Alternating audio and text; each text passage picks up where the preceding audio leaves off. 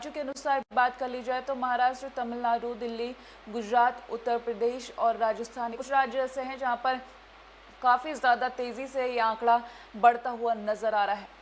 बात कर लेते हैं अब कोरोना अपडेट के बाद खबरों की। तो पहली खबर की बात करें तो कोरोना वायरस के खिलाफ लड़ाई को लेकर WHO ने मुंबई के धारावी मॉडल की तारीफ की। तो पूरी खबर आपको बता दें,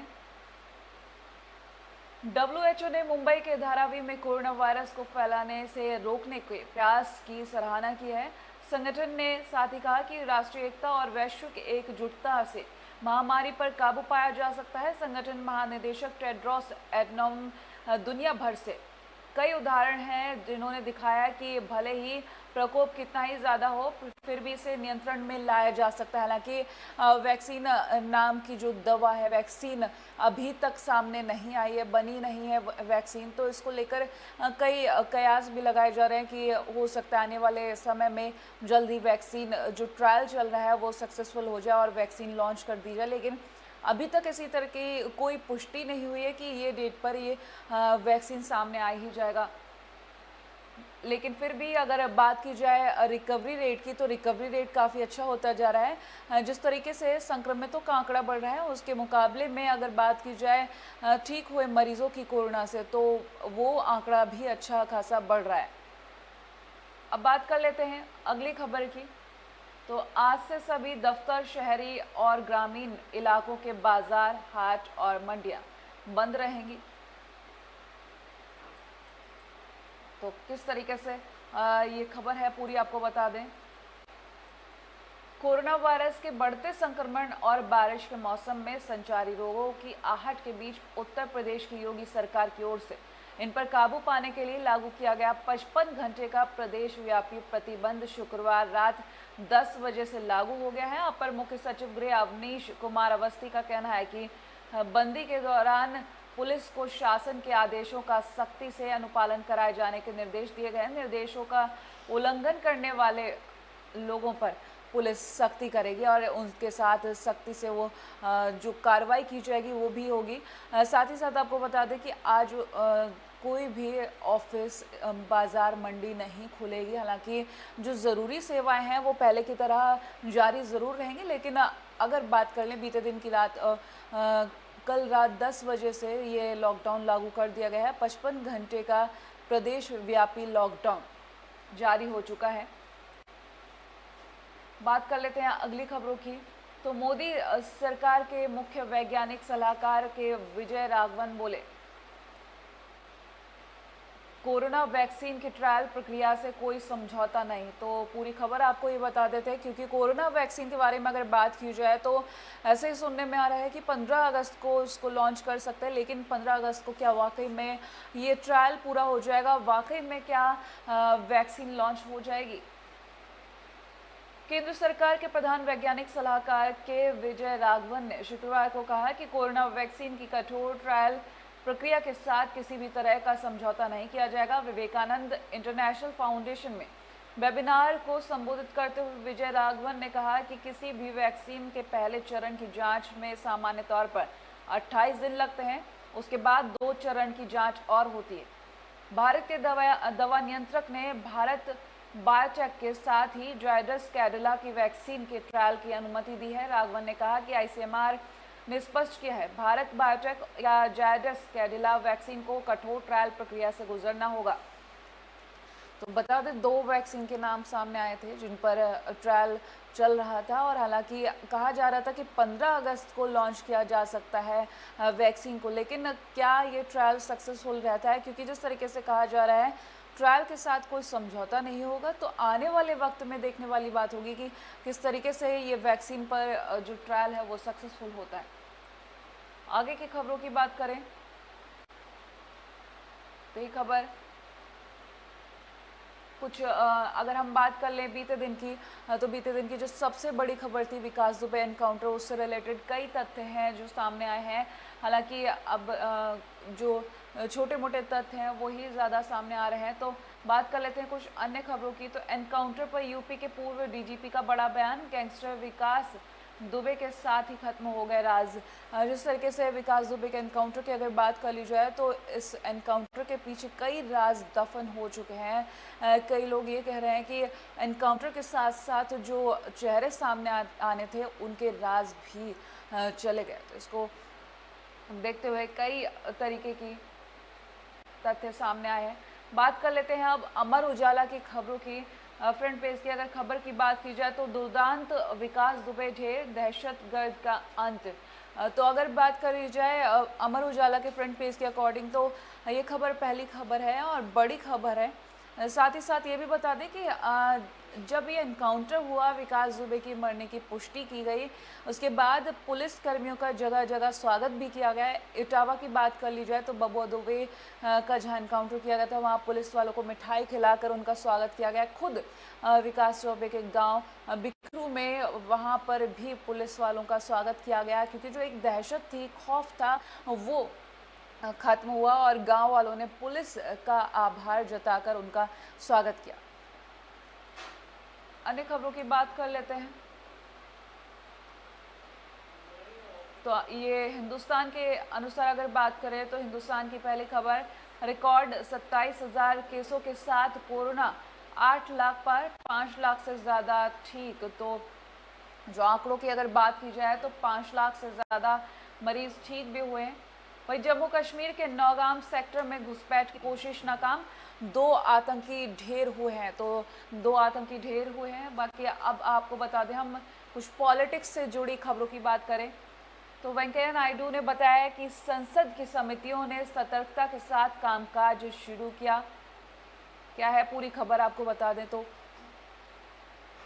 कोरोना वायरस महामारी के कारण संसद की कार्रवाई अनिश्चितकाल तक स्थगित होने के बाद विभागों से संबंधित संसद की स्थिति सामान्य जो समितियां हैं उनका कामकाज शुरू कर दिया गया है।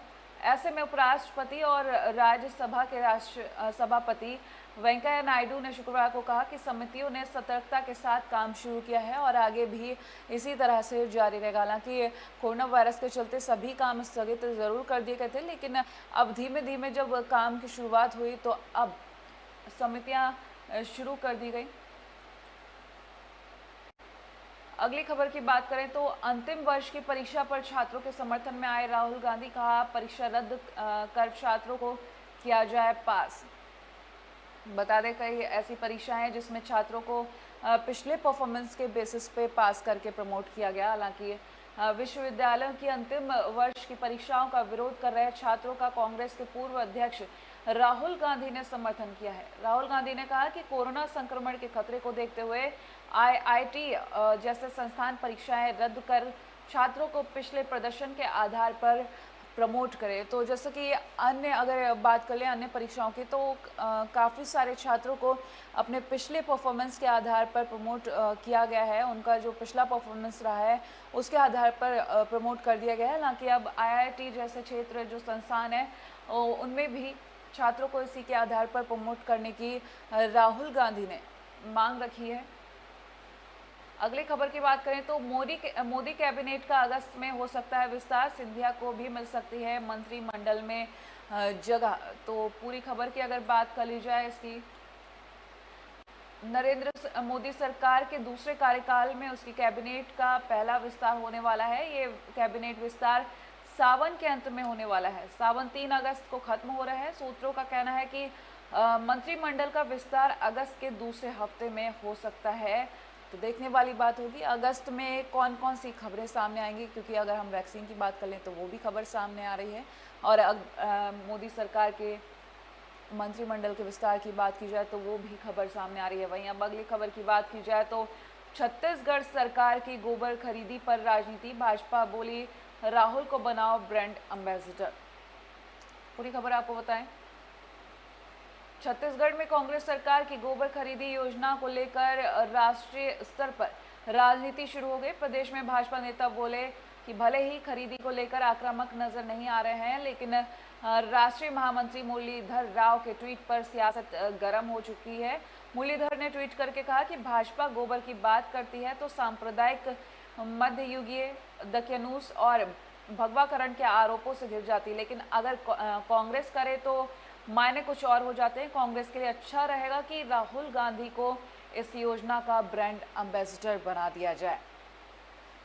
तो मुरलीधर यहीं नहीं रुके थे, उन्होंने ये भी कहा कि राहुल गांधी के जनेऊ पहनने से कुछ नहीं होगा, वो गोबर बांटे और छिड़काव करें। हालांकि वामपंथी बुद्धिजीवियों को कांग्रेस का ये कार्य हजम नहीं हो रहा है। तो इस तरीके से तंज कसते हुए मुरलीधर राव ने राहुल गांधी के लिए साफ कहा है कि जिस तरीके से गोबर खरीदी योजना को लेकर उन्होंने कह दिया कि ब्रांड एम्बेसडर राहुल गांधी को बना दिया जाए।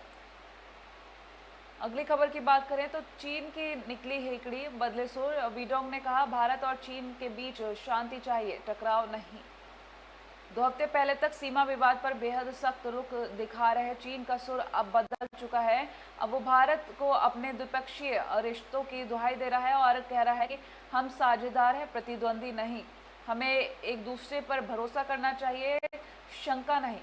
ये उद्गार नई दिल्ली में चीन के राजदूत सुन वीडोंग ने शुक्रवार को विस्तृत बयान जारी कर कहा। बता दें चीन की तरफ से जिस तरीके की हरकतें हुई थी, हमारे देश के 20 जवान शहीद हुए थे। खुद पीएम मोदी लद्दाख गए थे, वहाँ पर जो हमारे जवान हैं उनसे रूबरू हुए थे, उनका उत्साहवर्धन किया था। साथ ही साथ उन्होंने ये भी कहा था चीन जिस तरीके की हरकतें कर रहा है उसको उसका माकूल जवाब भी मिलेगा। हालांकि जवाब भी दिया गया, चीनी ऐप्स पर बैन लगाया गया, धीमे धीमे जो उद्योग धंधे थे उन पर भी रोक लगाने की तैयारी कर ली गई। लेकिन अब चीन के सुर बदल चुके हैं। जिस तरीके से कहा जा रहा है कि हम शांति चाहते हैं, टकराव नहीं। तो देखने वाली बात होगी कि क्या आगे होता है, किस तरीके से इस बात को लिया जाता है। क्योंकि अगर बात कर ली जाए चीन की, तो चीन की तरफ से कई बार ऐसा हो चुका है कि शांति वार्ता करने के बाद ही चीन ने कोई ऐसी हरकत की है जिसका खामियाजा हमेशा भारत को भुगतना पड़ा है। अगली खबर की अब बात कर लेते हैं तो हरियाणा की खबर। सीएम मनोहर लाल खट्टर ने हरियाणा प्रदेश भाजपा अध्यक्ष पद को लेकर मोदी शाह से कही मन की बात। हरियाणा प्रदेश भाजपा अध्यक्ष पद को लेकर मुख्यमंत्री मनोहर लाल खट्टर ने शुक्रवार प्रधानमंत्री नरेंद्र मोदी और गृह मंत्री अमित शाह से मुलाकात की। प्रदेश में अध्यक्ष पद को लेकर दिल्ली और हरियाणा के नेताओं के बीच समन्वय बनाने के लिए मुख्यमंत्री मनोहर लाल बृहस्पतिवार ही दिल्ली पहुंच गए थे। सरकारी कामकाज निपटाने के बाद शाम को भाजपा के राष्ट्रीय अध्यक्ष जेपी नड्डा से मुलाकात कर मुख्यमंत्री ने अपनी ओर से प्रदेश अध्यक्ष पद के लिए अपनी पसंद के 2 नाम बता दिए थे। इन दोनों नामों में से एक पर मुहर लगवाने के लिए मुख्यमंत्री सुबह प्रधानमंत्री आवास पर पहुंचे थे। तो जिस तरीके से ये बैठक हुई है, ये खबर सामने आई है, लेकिन अभी तक जो 2 नाम चुने हैं वो नाम सामने नहीं आए हैं इस खबर के अनुसार। अगली खबर की बात कर ली जाए तो अब अगली खबर की बात करें हम तो हिंदी जिस तरीके से हिंदुस्तान की खबरों की बात करें तो धारावी मॉडल से थम सकता है कोरोना संक्रमण, WHO ने की तारीफ। जो खबर हम दैनिक जागरण में पढ़ रहे थे कि धारावी मॉडल की तारीफ कर रहा है WHO। हालांकि जब मुंबई में कोरोना की शुरुआत हुई थी तो ऐसा अंदाज़ा लगाया जा रहा था मुंबई में धारावी में अगर कोरोना फैलता है तो काफ़ी ज़्यादा संकट बढ़ जाएगा। हालांकि अब अगर धारावी मॉडल की बात कर ली जाए तो WHO की तरफ से भी तारीफ सामने आई। अगर धारावी मॉडल के अनुसार चला जाता है तो कोरोना पर हम नियंत्रण पा सकते हैं। तो जिस तरीके से लगातार हम बातचीत कर रहे हैं कि किस तरीके से कोरोना पर नियंत्रण पाने की कोशिश की जा रही है, साथ ही साथ जो देश में अहम खबरें हैं उन पर भी हमने बातचीत की। लगातार जो देश के अंदर छोटी से बड़ी घटनाएं हो रही हैं वो हर एक खबर हम आप तक पहुंचाते हैं अपने इस शो गुड मॉर्निंग भारत के ज़रिए। और रोज़ाना यही कोशिश रहती है कि हम अपने व्यूवर्स को हर एक खबर पहुंचाएं। तो ये प्रक्रिया भी आगे ही कंटिन्यू रहेगी। लेकिन आज के लिए गुड मॉर्निंग भारत में इतना ही। देश और दुनिया की तमाम बड़ी खबरों के लिए देखते रहिए AB स्टार न्यूज़।